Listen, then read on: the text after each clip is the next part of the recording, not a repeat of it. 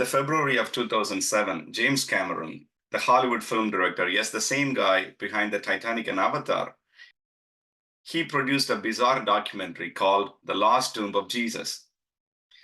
He and Shimha Yakovovici announced at a press conference that they had identified the remains of Jesus buried in a bone box in Talpiot neighborhood in southeastern Jerusalem. Their claim was this: Talpiot tomb was the family tomb of Jesus Christ and his extended family.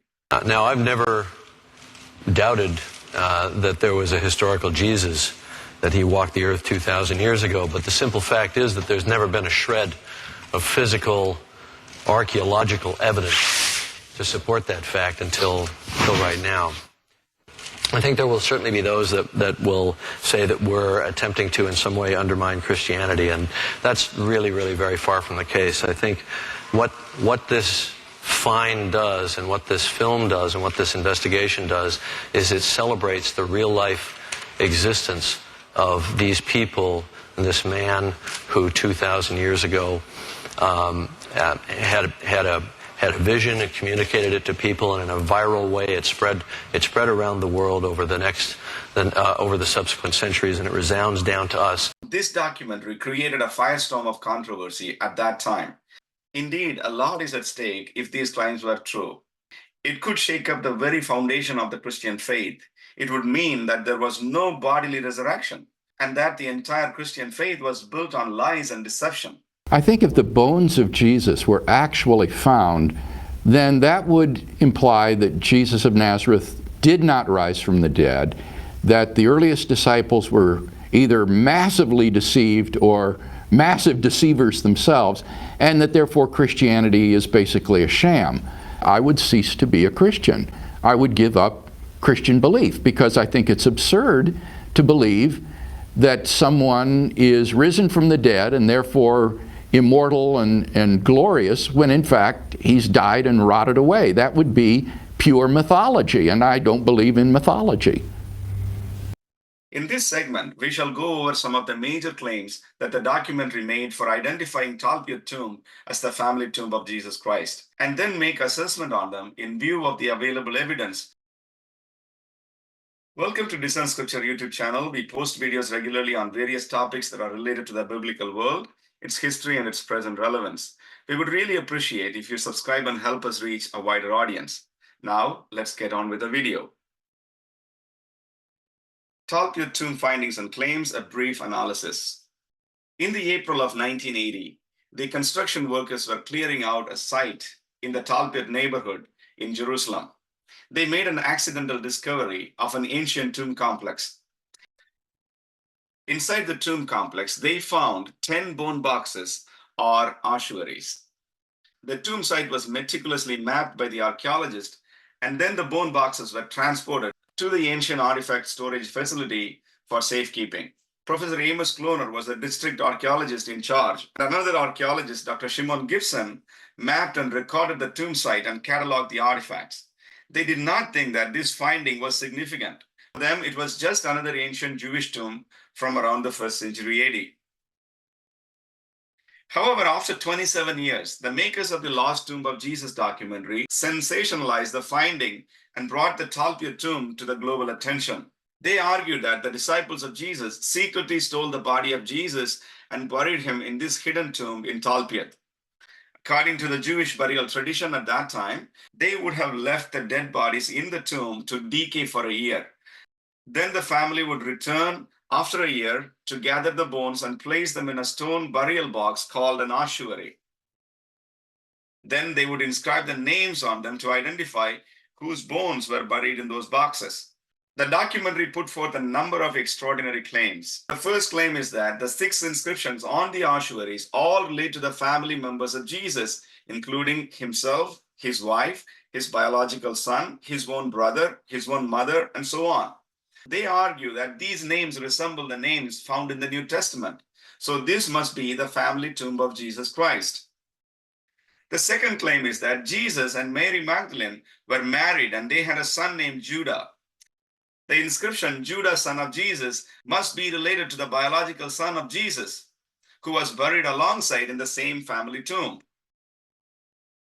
The third claim is this. The documentary claimed that the 10th ossuary from the Talpiot tomb went missing.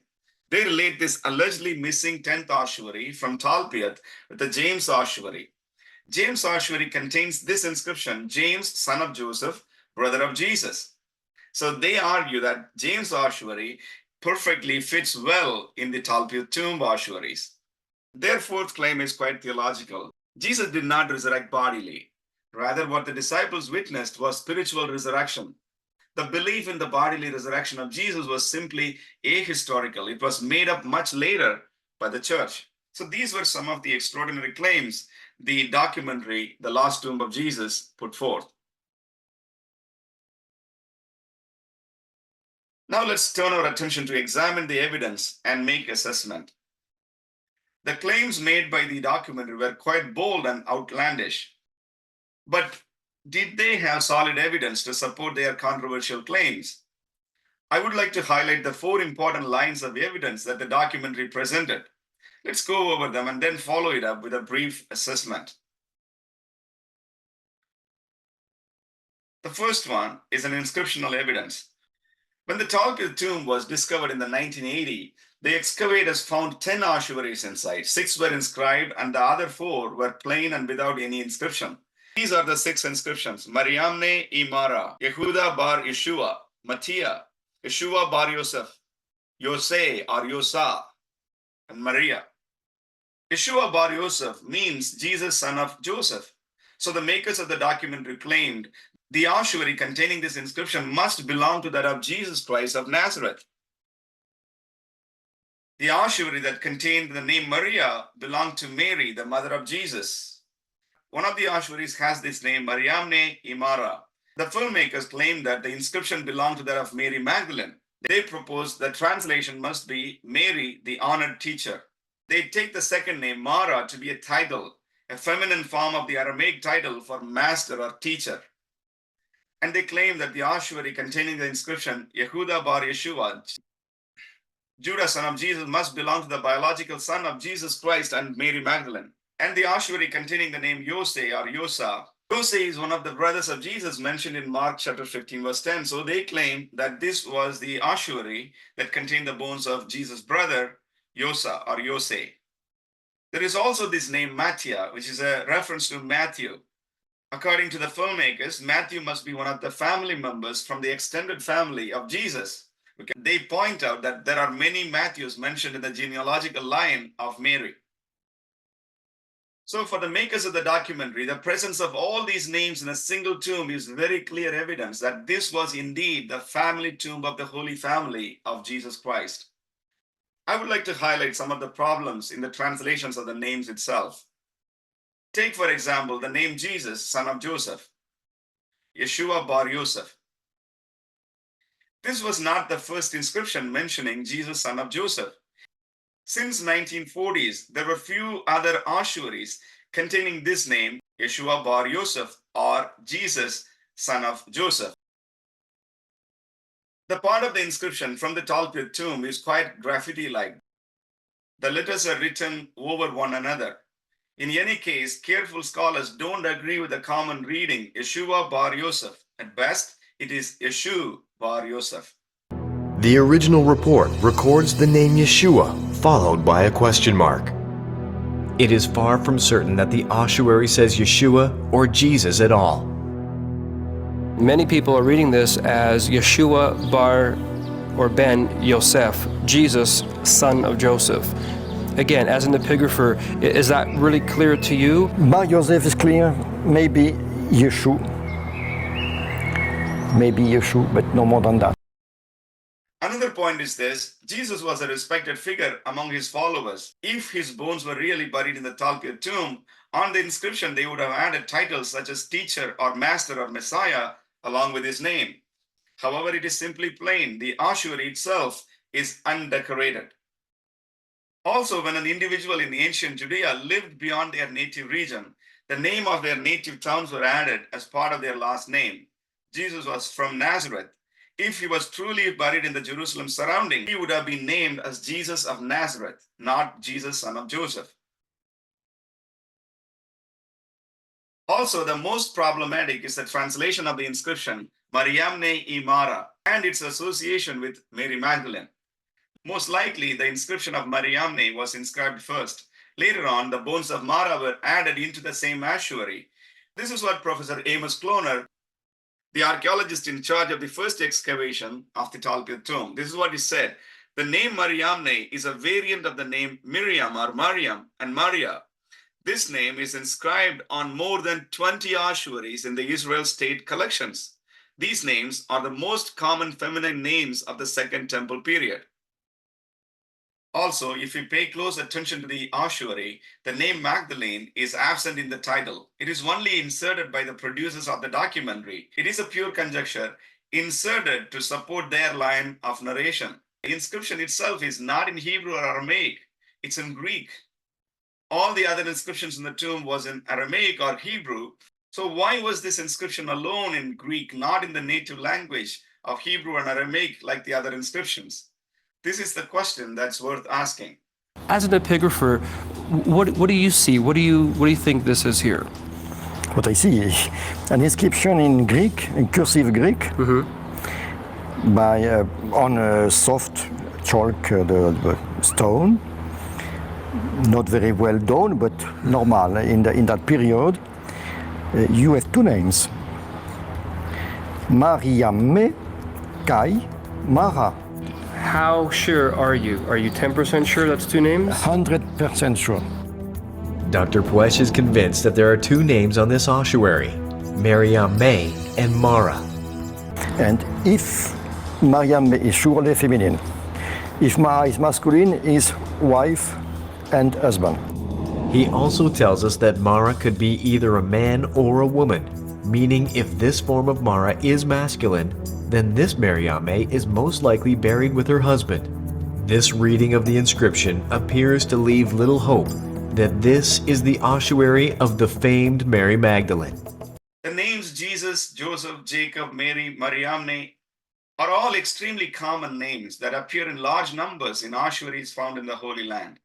In fact, it is estimated that roughly about 5% of the male population at the time of Jesus had this name Yeshua or Jesus.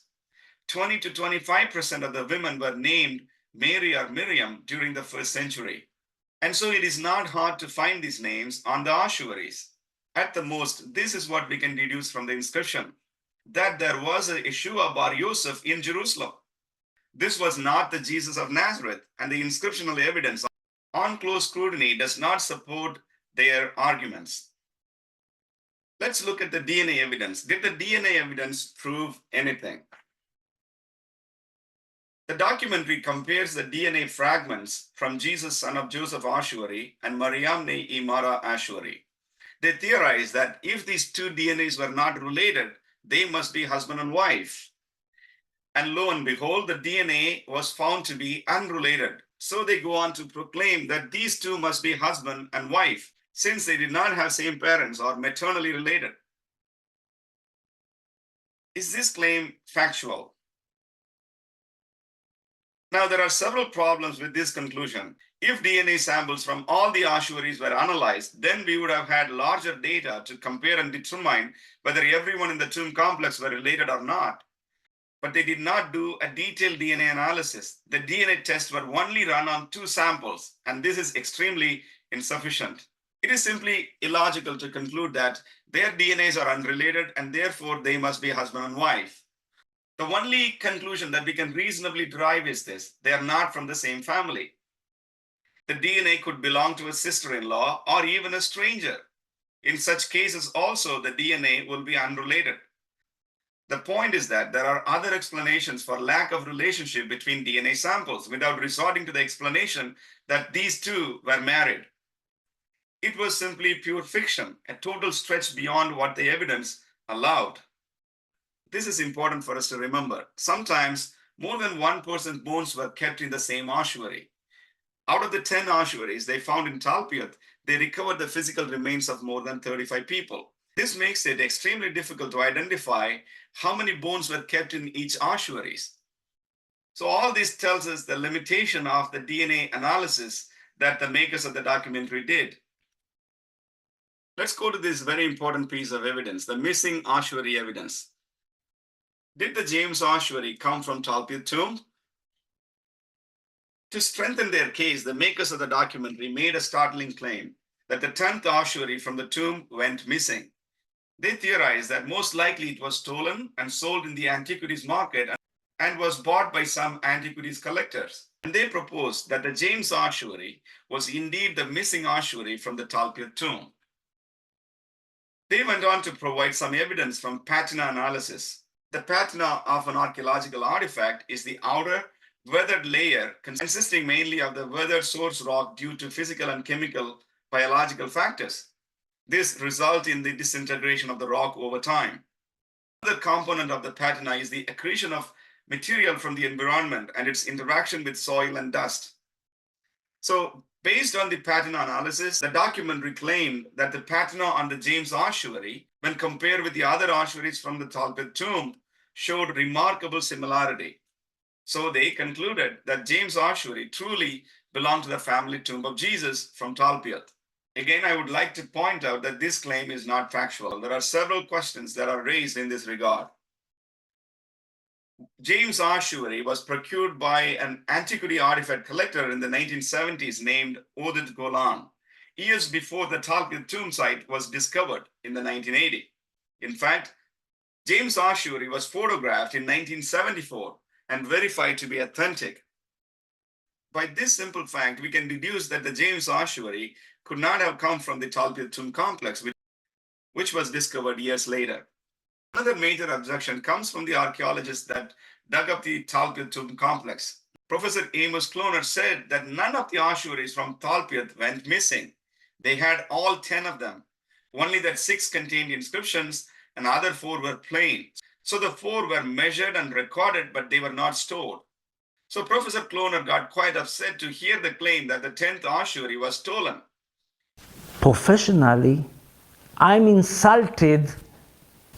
Believe me, we are doing our best way to document all the findings in the right way they appeared. And the 10th ossuary was a plain one. But to blame us that we have smuggled or we didn't pay attention or allowed to steal it, that's a real blame, and I will not accept it. The 10th ossuary, being plain one, it was left with many other undecorated and uninscribed ossuaries in the courtyards.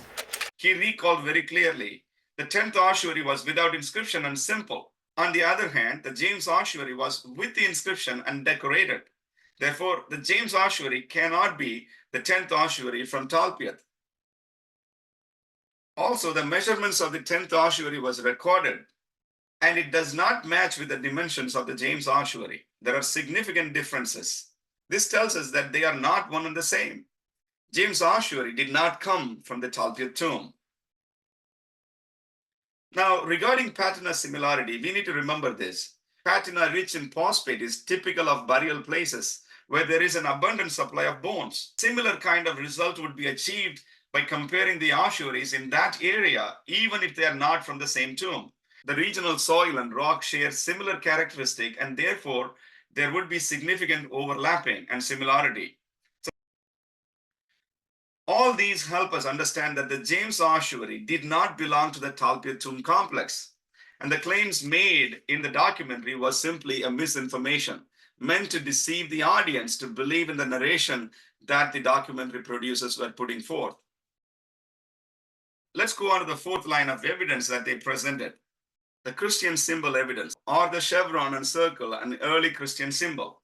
The Lost Tomb of Jesus documentary claimed that the unique facade of the Talpiot tomb referred to the early Christian symbol. According to them, the chevron with a circle located on the front facade of the Talpiot tomb could well indicate the early Christian symbolism.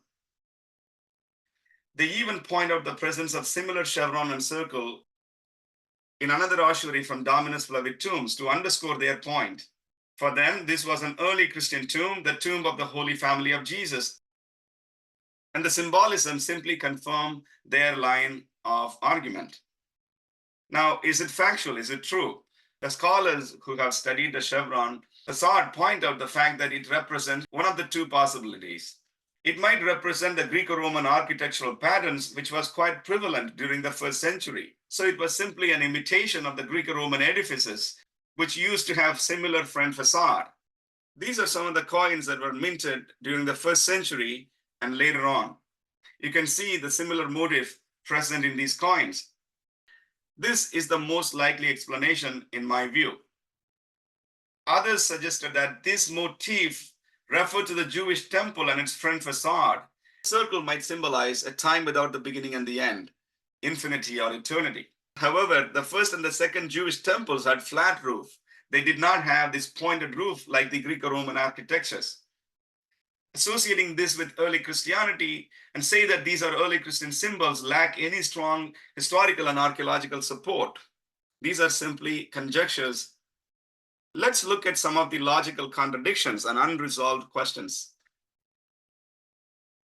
First, the makers of the documentary did not consult with the mainstream scholars, nor represented the views of those featured fairly. Their biblical consultant was James Tabor, who belonged to a fringe group of scholars who hold unorthodox views about Christ and the origins of Christianity. This seriously undermines the credibility of their argument. Second, the timing of the release of this documentary is quite important to note. It came out some 4 years after Dan Brown's global bestseller, The Da Vinci Code. The filmmakers probably jumped into this bandwagon to encash the hype around the Da Vinci Code.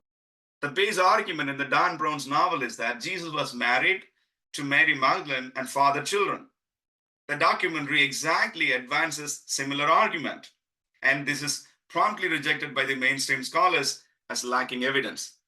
Also, we must remember Shimcha Yakovici is a sensationalist filmmaker. He peddles controversial and pseudo-historical ideas to cast doubt on established narratives and long-held Christian traditions. In this case, what he does is simply making mountains out of the molehills. Besides these points, there are also other substantial criticisms. Think about this. Jesus' family was economically very poor. The rock-cut tombs like the one we see in Talpiot was used by rich upper-class people in Jerusalem to bury their dead family members during the first century. Jesus' family wouldn't have the means to afford this rock-cut tomb. Another point is this. Jesus' family was from the northern region, from Nazareth in Galilee. If they really had a family tomb, it would be either in Galilee or in Bethlehem, which was their native town, not in Jerusalem. So we can fairly deduce that this cannot be the family tomb of Jesus of Nazareth. Also, if this is true that Jesus died and left behind a widow and a son, at least some of the early Christian records would have mentioned it. However, we lack any such reference from the writings of Jesus' contemporaries like the apostles or the post-apostolic fathers. If Jesus had a son, he would have naturally taken over the leadership of the movement after his father. But we know for the fact that the early Christian church was led by apostles Peter, John, and James. One more point. If Talpiot tomb was the family tomb of Jesus, early Christians would have surely known this tomb and would have frequented this tomb to pay their respect. No such pilgrimage activity to this Talpiot tomb site is ever recorded. This rules out the possibility that this was the family tomb of Jesus. All these reasons and more, we can conclude that this Talpiot tomb is not the family tomb of Jesus. The names that were found on the ossuaries were ordinary common names that belonged to the first century AD. The name Magdalene is not found on the inscription, yet they claim it is there. Then they assume that Jesus and this Mary Magdalene were married just because the DNAs don't match, ignoring other possibilities. This entire project starts with wrong premise, makes bad assumptions, and draws irrational conclusions beyond what the evidence allows. This is a textbook case of intentional distortion. This is simply a hoax. So within a short span of time, the scholars of antiquity, religion, and others, they called out the claims made in this documentary as false and without factual basis. Now here is my closing reflection. From the beginning, Christianity was founded on the belief in the bodily resurrection of Jesus Christ. From the earliest records that we have in the New Testament, this belief in resurrection of Christ is consistent among the Jesus followers. Think for a moment. If the disciples secretly hidden the body of Jesus in the Talpiot tomb and then went before the people of Jerusalem to boldly preach the message of Jesus' resurrection, they would have been easily exposed as liars. All of the disciples of Jesus except John died as martyrs for their belief in the bodily resurrection of Jesus. They would not have died for something that they surely knew to be a lie. The Jewish people in the first century never had this idea of spiritual resurrection. In their view, resurrection would happen at the end of the age, and that would be a futuristic event, and all the dead would be raised bodily. So when the disciples claimed that Jesus, one person whom they believed to be their Messiah, resurrected bodily, the Jewish authorities couldn't accept their claim, since their worldview and traditions did not have such exception for someone to raise from dead before the last days. Scholars like James Tabor, who go on speaking about Jesus' resurrection as spiritual, they ignore this aspect of Jewish belief in the bodily resurrection. Almost every expert that appeared on the last tomb of Jesus documentary felt as if their words were distorted to support an already drawn conclusion that this was the family tomb of Jesus. Archaeologists like Professor Amos Kloner or Dr. Shimon Gibson, they repeatedly pointed out that this was not the family tomb of Jesus of Nazareth. Yet the filmmakers ignored and suppressed their dissent, but brazenly misrepresented their views in the documentary. You can take anybody and you can edit their words so that they can be seen to be supporting something they don't necessarily believe in. I saw the way that my interview was cut up into pieces, that bits and pieces were used to follow a pre-designed conclusion. And I was very upset with that. The scholarly community stood up unanimously and condemned such callous handling of history. James Cameron and Simcha Yakovici were exposed to be deceiving the people with twisted storytelling and anti-Christian agenda. Despite the repeated attacks against Jesus Christ and foundational belief of early Christianity in the resurrection of Jesus, the faith of the believers stand vindicated. The words of the angel from Luke chapter 24 verse 4 and 5 is relevant here. Why do you seek the living among the dead? He is not here, he has risen. Yes, Jesus rose on the third day, just as he has said. The apostles saw him alive and they went on to proclaim that in Christ there is eternal life. None of them feared death because they saw their master who conquered death right before their very own eyes. Christianity continued to spread through all centuries, believing and proclaiming the central message in the resurrection of Jesus and the eternal life that is promised in him. I want to end with Romans chapter 10 verse 9. If you declare with your mouth Jesus is Lord and believe in your heart that God raised him from the dead, you will be saved.